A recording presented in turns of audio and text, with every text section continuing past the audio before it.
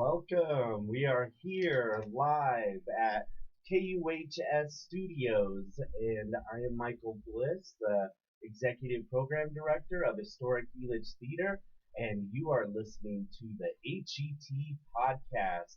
And today we have Barbara and Doug Yost here in the studios, and they are our featured artists right now at Denver Open Media.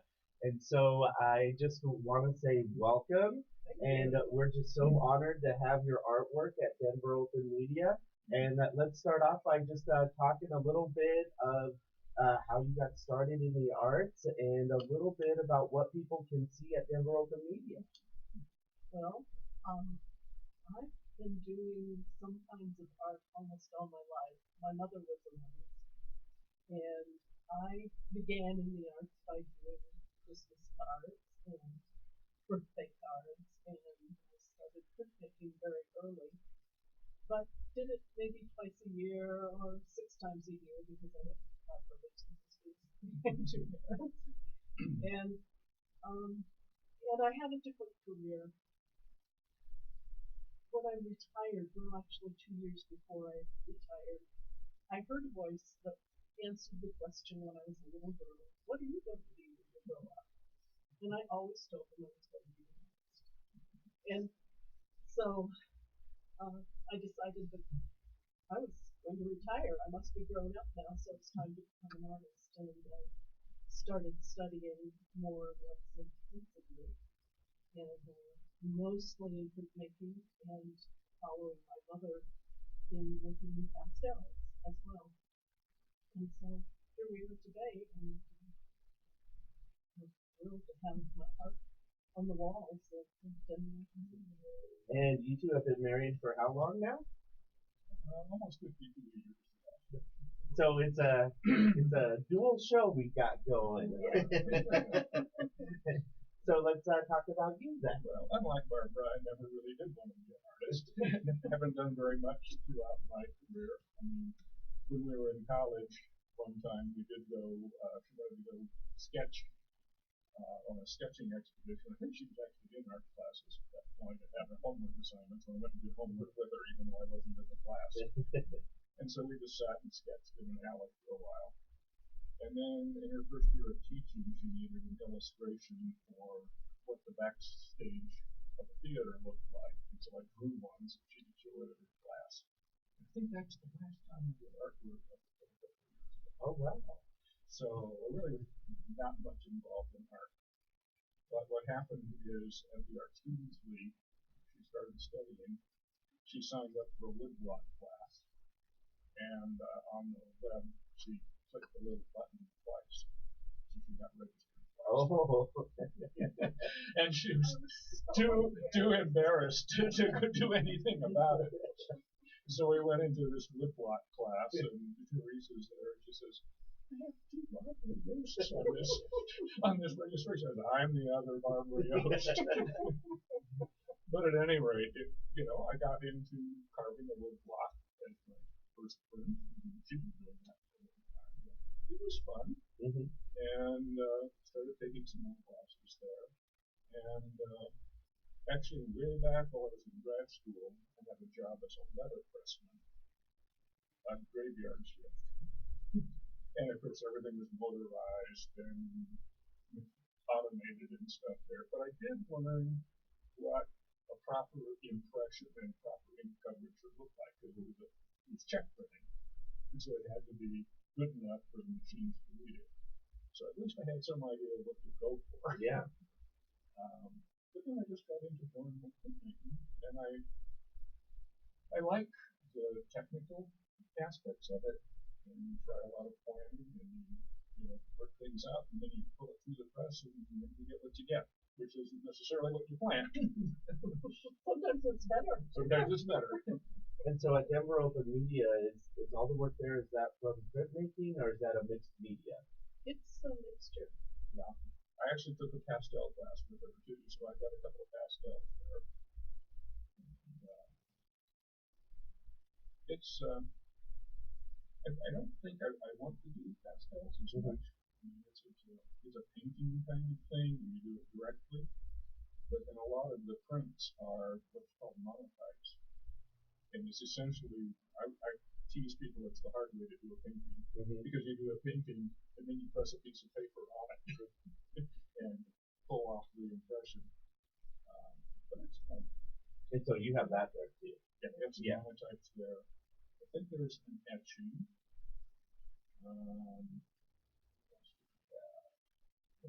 Do you have any shoes below? That would be. I think you have two. Yeah, I do. So let's talk a little bit about what all this means. Sure. Yeah. So our audience can understand the different types of art you have up there. Well, we haven't done very well when people came to the opening and we tried to explain our art. We said, we don't know how to explain this very well. But we can work at it again. The etching is one of the more traditional kinds of printmaking. It's been around for, well, woodblock probably first. You carved, and then you ink it up, and then you put the stick on, and you can repeat the image a lot. And a lot of what printmaking was about is making art affordable. Because you can create multiples. And one of the folks that we visited was doing the very traditional Japanese woodblock. And he said in the height of Japanese printmaking, the price for a print could never exceed 2 bowls of rice. Oh wow! So it was by law, it was low priced art. So anyway, that's not true. Not true anymore. But because you can do repeats, then you can sell more for less and still make a living at it theoretically. What came along then was metal engraving and metal etching, where you could produce lots and lots and lots of copies. So it started off with doing it on the woodblock, and then now it's going to metal. The etching, and it's etched with acid, which isn't exactly environmentally good. Oh. So one of the newer things now is a non-toxic kind of etching. And so we've studied that and moving more in that direction. Oh, okay. That etching is water. Oh, okay. One of the things about printmaking is you only, with these etching and block print techniques, you only do one color at a time.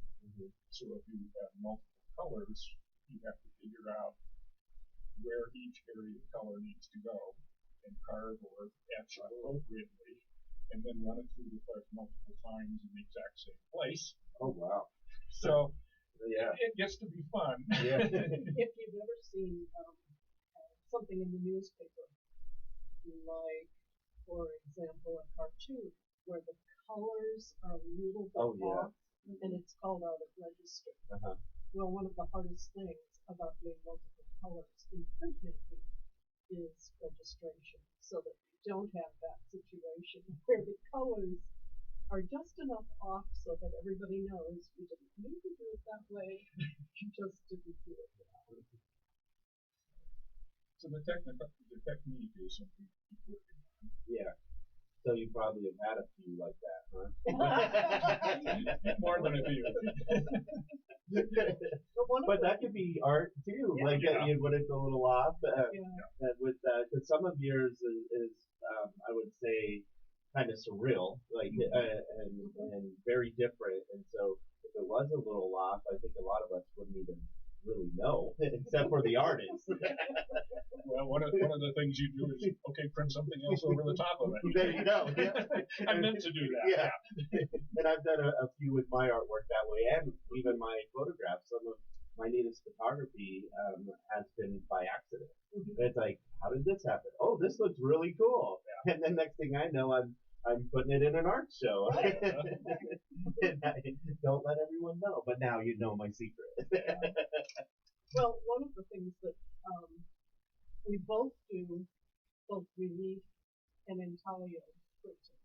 And relief, most woodblock printing is relief printing, and that means you put the ink on top of the block, and you're printing the top surface of the block.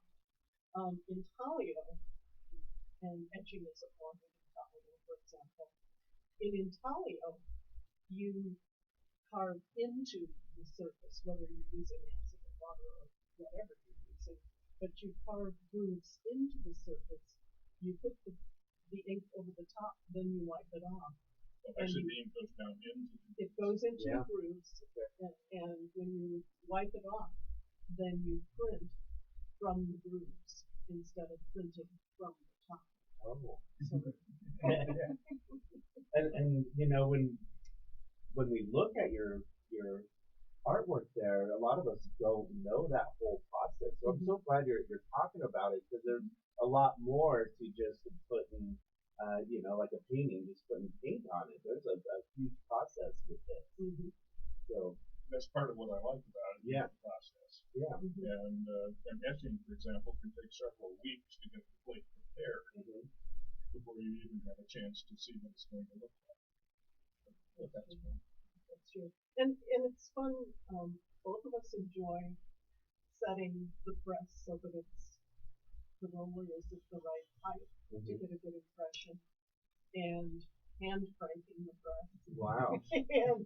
and I like to get my fingers dirty, so I love working with the colored ink. Yeah. Well, and getting the ink to the right consistency for whatever technique you're doing.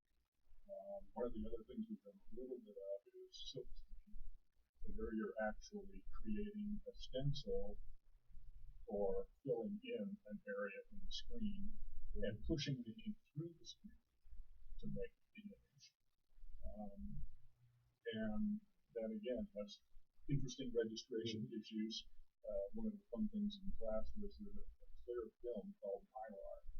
And what you do is you print the image on Mylar to see where it needed to go, and then you could print on paper. Oh, okay.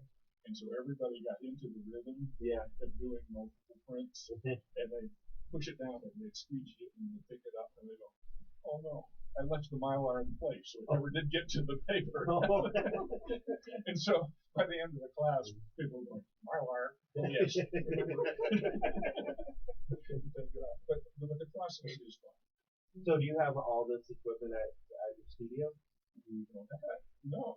What we use is we go to the Art Students Group. Oh, okay. Which is 200 Grant Street in Denver. What they have is they have a lot of working artists who teach. And so they have a print room with presses and the water tray for wetting the paper, because you use wet paper for most of these processes. And that's really what we do all the time. Oh, okay. They have a ceramic studio, pastel classes.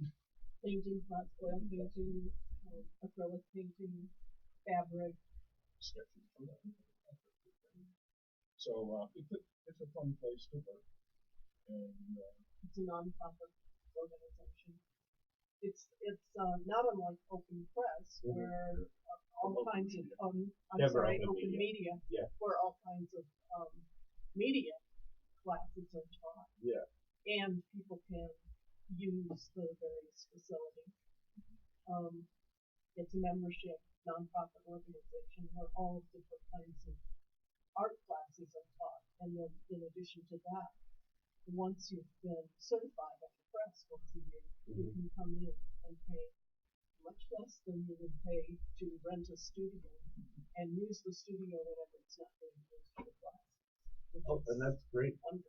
Yeah, because that's very similar to Denver Open Media. You do the membership, then you get your studio certification, and then you're able to do live shows. And they just came to our Christmas special live show, A Country Christmas. That was fun. Yeah, and we had dancing, and so I became a member there about 6 years ago. I was an intern, and so very similar.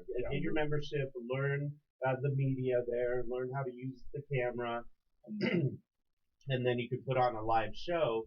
And so we have a live show coming up, and both of them have been nominated for Artist of the Year for the Bliss Awards.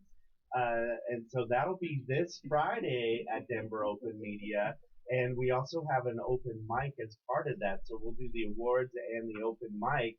And the open mic is open for all the arts. So you can come in if you're a poet, a musician, you have a performance, anything that you could do live on the stage, you are welcome to come. But then in the halls, you can see their artwork. And so, yeah, what was kind of your experience coming to the Country Christmas? Because we want to let our audience know we now have the video on the Historic Helix Theater page and on the Denver Open Media page, so you could go back and watch the video. But seeing a live production and kind of, since the audience is listening, give them a picture with your words of the kind of the experience there.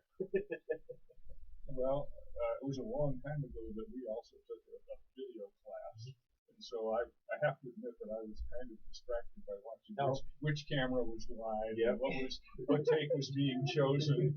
But it was part of the live experience to see how it's made, how the sausage is made. Yeah. And it was a fun concert, and the people were very warm. And when we came in to watch the show, people were very warm and welcoming to us with this. And that's what we love, because kind of the motto is create unity in the community, and kind of having those open arms to the arts, and definitely that the country music and putting that whole production is such an art. And then having your artwork on the walls. And so please stop by this Friday, Friday the 20th. It starts at 6, Denver Open Media, and that's 700 Calamus Street, right as you, if you're heading east on 6th Avenue, it's near the Santa Fe Arts District. You would just go a block over to 7th. So very close if you know the downtown area and 6th Avenue and the Santa Fe Arts District. So check that out. And then also, you both have been to the original Elitch Gardens and the Trocadero. So since we're on the HET podcast, let's talk about those experiences. Well, that's how we first got in touch with you, is through the Historic Helix Theater. You put out a call, and yours was the first call that we answered. It was because of our interest in the Historic Theater. Yeah. But yes, we did go to the Trocadero. We did dance at the ballroom with hundreds of other people, and a lot, of course, big live, big band music, and you felt like you were maybe back in the early 1900s, reliving that experience. And certainly some of the people who came had been coming for many years, from the streetcar days and the bus days, and that's just what you did. That was your night on the town as you went dancing. Yeah. And certainly by the time the Trocadero was nearing its end, it was one of the last places where you could go dancing. So it was nice to have a big band. Yeah, and so our music that we put on the beginning of the podcast when we launched it on our podcast channel is from the Trocadero. It's a live recording. So when you hear that opening music, you'll know that that's the live recording of the Trocadero Ballroom, which is really cool that they have those recordings still, and you can go back in time and listen to those, because the Trocadero they're no longer, and part of doing this podcast is saving the Historic Helix Theater. We're in renovations now, and we're hoping to open up in 2021. Next summer, it looks like the construction will start. So things are moving forward, and we're so excited to get that theater open. We're going to be doing a summer concert series in the old carousel shell and kind of bring that dancing back. We're going to get Rudy Grant in the Country Hall of Fame back there. So if you missed the Country Christmas, you could hear Rudy Grant and all of them that are part of the Colorado Country Hall of Fame, and dance at the carousel shell and kind of bring that Trocadero feel back. One of my former students from when he was in 8th grade in DeKalb, Illinois, lives in Denver, and he was an usher at the theater for years. And also, it kind of broke our heart when Elitch Gardens closed, and the last night that they were open, we were on the top. We went to the top and got stuck at the top of the Ferris wheel, and it just seemed like You see all the a thing. Yeah. A thing. So you A were good there way to the think last about day. it. the last day of it. Oh. Took our last ride on the carousel. Yeah. And Oh. followed the carousel down into the river valley too, because you know the it was a Philadelphia toboggan Yep. company. Yeah, beautiful horses. That's about the only ride they had left that we could stand to ride. The carousel. Everything else was too scary. Oh, I remember. You want to do the roller coaster? I did it once. We did once, yes. We did the That was roller it, coaster. huh? That was it. Now, which one was that? The Wildcat, the Twister, It was Wildcat. the Wildcat. Yeah. That, And that was so scary. I think the Wildcat. I know I rode both, but I think the Wildcat was my first roller coaster, Mhm. and then because I think you could be a little smaller to ride on that one. Yeah. Because I think the Twister you had to be a little taller. Yeah, there was no way we were ever going on a roller coaster ride, especially not too much. So yeah, the memories of Elitch Gardens. That's why I love being a part of the theater, keeping that history alive. And then with the carousel shell there, that's you know what is left of the Elitch Gardens. Mm-hmm. So if you haven't been to the theater, it's 38th and Tennyson. You can find the old carousel shell and then see the theater. And so we'll be doing some events there. We're going to do our Children's Day in September. So it's a free Children's Day, bringing back the legacy of Mary Elitch. She used to have over 3,000 children there a week because she had her Children's Day. And you know, I can only imagine getting 3,000 children together and her, you know, teaching them the arts and yeah, because you know I struggle with my own kids, so you know her to do that, and we would love to see, you know, getting that many children for our Children's Day, and you know we're gonna have just fun things to do. So keep checking the website for that, historicelitchtheater.org or etfest.com. You can keep checking out our social media pages and all that. So let's talk a little more about your art then. So you were mentioning the school, and you know, what is it like, kind of being a student there, and you said it's all ages, right? It is all ages. And I remember the first time I climbed the stairs. It's in an old Denver Public Schools building, and it's a gorgeous building. Somebody came to speak from the New York Art Students League, and he looked at it and he said, because it has windows everywhere, and he said, "You are so lucky, because if the New York Art Students League, they had nice windows, and then they built tall buildings all around them, and so, you know, it shaded a lot." But I remember being really nervous walking up those stairs. Yeah. And the teachers are really good, not only being known artists in this area in their own right, but they can really teach, and they really know how to make people of all ages feel welcome and comfortable, and they are very good at helping you get started, helping you grow in your art, and then move forward to be professional artists. I have nothing but good to say. And that's great, because really with the Historic Elitch Theater, we love partnering up with different nonprofits and different groups, and this is what's really cool with that. We've created the Elitch Theater Academy, and so this is part of our Academy's featured artist program.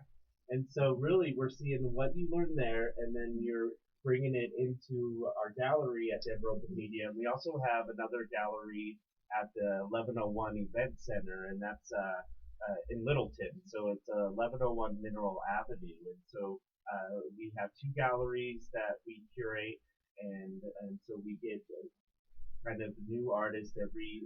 This is what's really cool is we usually do like a 3 month show, so it's not like your typical 1 month. You go in, you put it up, and then you got to tear it down. Like it seems like a month, goes by so fast. This is a little nicer that you have more time. You can bring friends, you can bring family, and check out the art, and they've even sold quite a few pieces too. Yes, we really appreciate that opportunity. Thank you.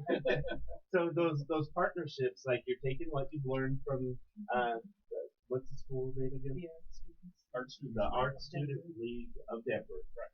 and then bringing it to our featured artist program, and so if anybody is interested, check out this school, but also if you are an artist, just go to our website and send us an email, and let us know you're interested. You could also go to our Facebook page and send us a message. We communicate a lot through Facebook. That's an easy way to get a hold of us. So if you are interested in being a part of this program, let us know. And coming up for 2020, it's the 130th anniversary of the theater. So we've got a lot of things brewing right now, including more classes with our Elitch Theater Academy and partnering up with more nonprofits and doing more at Denver Open Media too, because we have classroom space there.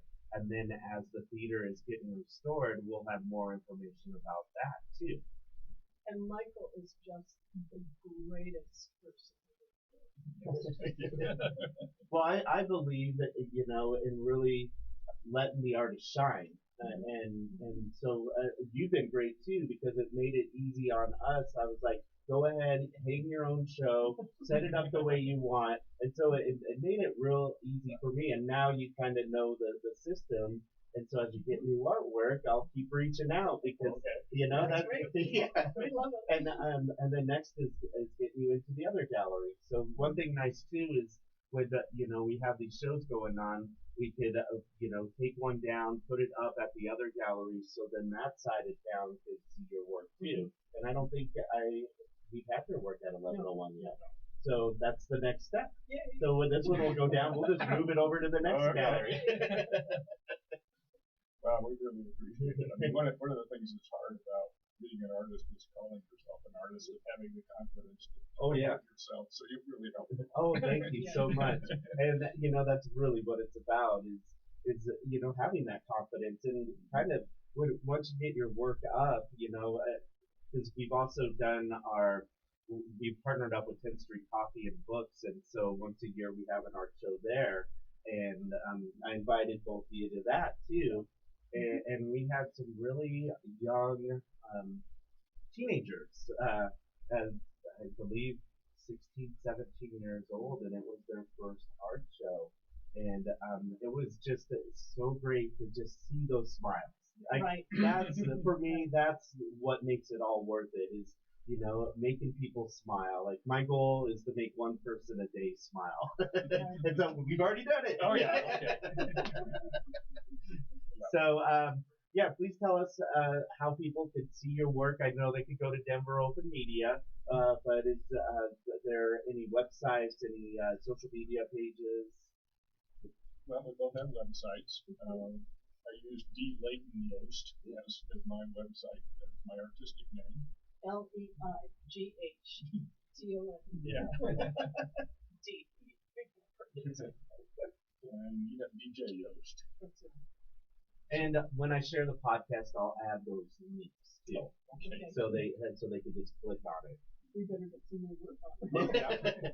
Well, we've done some new work recently. Yes, we have. We're still taking workshops around the area and learning new techniques. I mean, it's surprising how many different ways there are to make a print piece. So we're still exploring some of the techniques and finding our favorites. Been going into the studio and working on our own as well.